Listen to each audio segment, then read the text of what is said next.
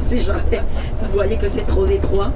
Et on va attaquer les gorges de la Ermita. Protagoniste aujourd'hui, notre rivière, ici sur la droite, la rivière Deva, D-E-V-A. C'est la protagoniste parce que c'est celle qui a fait tout le paysage que nous allons voir aujourd'hui. Alors c'est elle qui a tout fait, aunque elle a son embouchure à Tina Mayor. Et on va loger, pas jusqu'à la source, mais on va monter tout le long à côté de la rivière. On est en train de faire des travaux partout pour élargir la route. Parce que c'est la vallée où on va y arriver à la fin des gorges, que c'est la vallée de Liébana. C'est un endroit très touristique. Il y a beaucoup de monde qui vient avec les camping-cars. Et ce qu'il y a, ce sont les marques de la dynamite qu'il faut mettre. D'accord? C'est pour ça que les travaux sont tellement lents à développer. Ça fait déjà 1 an qu'on a des travaux et il paraît qu'il nous manque encore 2 ans. Vous avez des croix et le numéro, d'accord? Et le croix, ça veut dire qu'il faut dynamiter ce côté de la montagne, sur la roche de la montagne. Nous, en espagnol, on les appelle les enlève-peurs. Ceux qui protègent la route, ça s'appelle... Les blocs, les garde-corps. Les garde-corps, d'accord. Les glissières, les glissières. Bon, je sais pas si c'est des glissières ou des garde-corps. Nous, on les appelle les enlève-peurs. Los quitamientos. Quitamientos. Et pour éviter des accidents à ces conducteurs, à ces motards, on est en train de tout fourrer de bois. Des époques où il y avait les grottes, d'accord? Il y avait des endroits où la rivière, elle creusait complètement, il y avait des grottes. Et le long de la route, vous allez voir des grottes. Des grottes qu'on utilise aujourd'hui pour les bergers, pour garder des chèvres, ici, parce que c'est très escarpé, donc là, il y a des chèvres. Parc national, Picos d'Europa. D'accord? Tout ça, c'est les pics d'Europe. Nous sommes déjà dans les pics d'Europe. Le long de la route, vous allez voir des panneaux sur la droite où il y a écrit Parc national, Parc national, Parc national.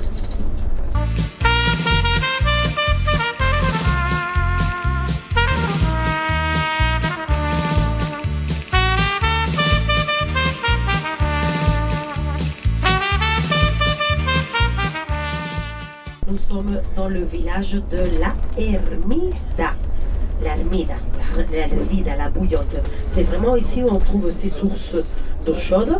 Là, vous avez des petites maisons de hôtes, des petits hôtels, des petits restos et des bars.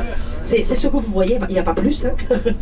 Il n'y a pas plus, c'est tel quel, c'est hyper mignon. Mais vous allez voir après Potes. Potes, c'est encore plus joli. Hein.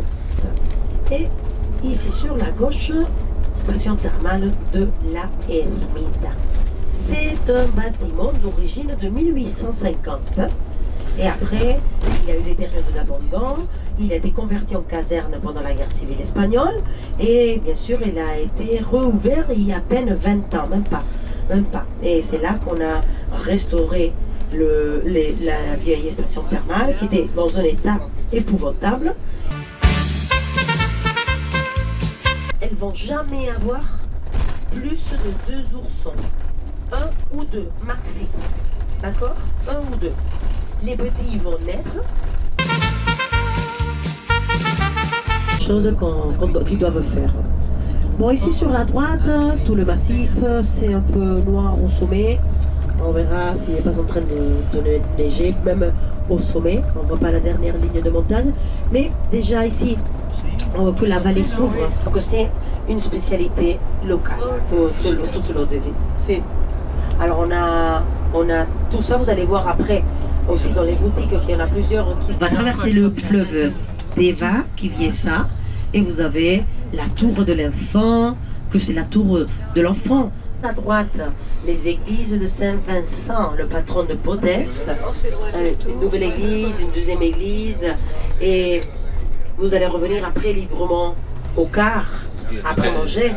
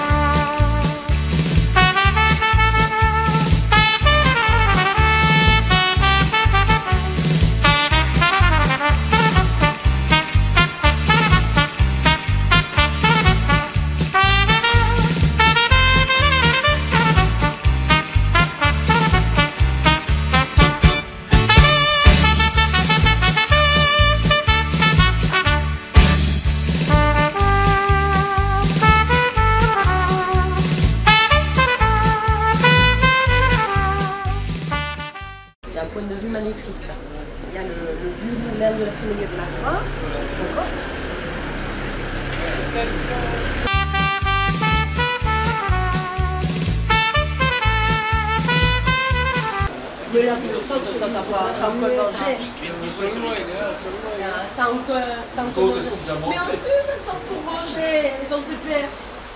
Regardez là-bas la taille.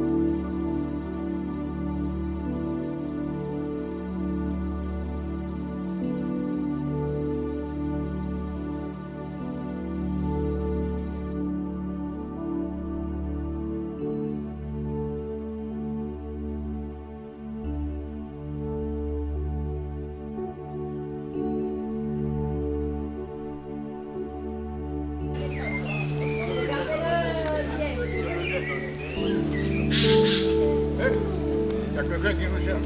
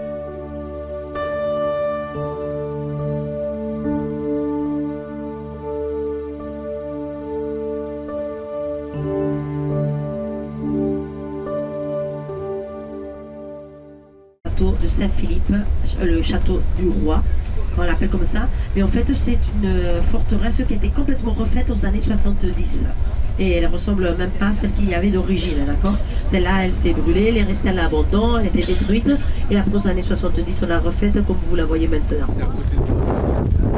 Uniti, c'est une